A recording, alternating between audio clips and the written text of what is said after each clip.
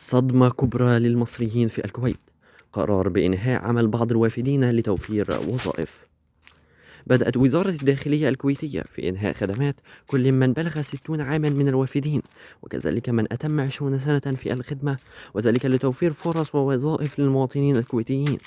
وقالت صحيفة السياسة الكويتية اليوم نقلا عن مصادر أمنية إن وزارة الداخلية تتجه في قطاعاتها وإداراتها، وهو القرار وإلى إحلال المواطنين بدلا من الوافدين في قطاعاتها وإداراتها، وهو القرار الذي يشمل المصريين في الكويت، لأن قرار لم ولن يستثني أي جنسيات أو أي أحد.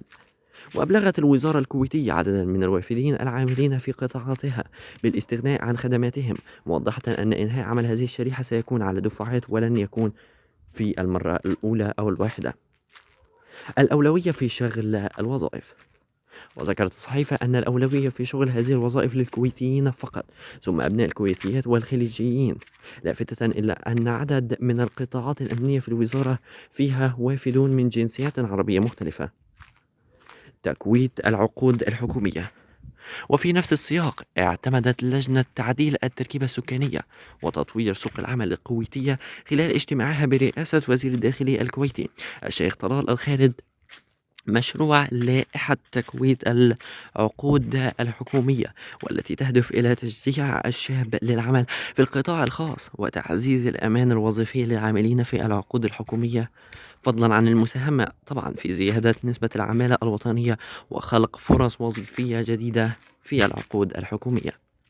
وكلفت اللجنة الهيئة العامة للقوى العاملة باستكمال الإجراءات اللازمة لرفع مشروع اللائحة إلى مجلس الوزراء الكويتي لسرعة إدخاله حيز التنفيذ، حيث تلزم المقاولين بمنح العمالة الوطنية مزايا وظيفية مشجعة كالتأمين الصحي وتذاكر السفر السنوية وسلم الرواتب.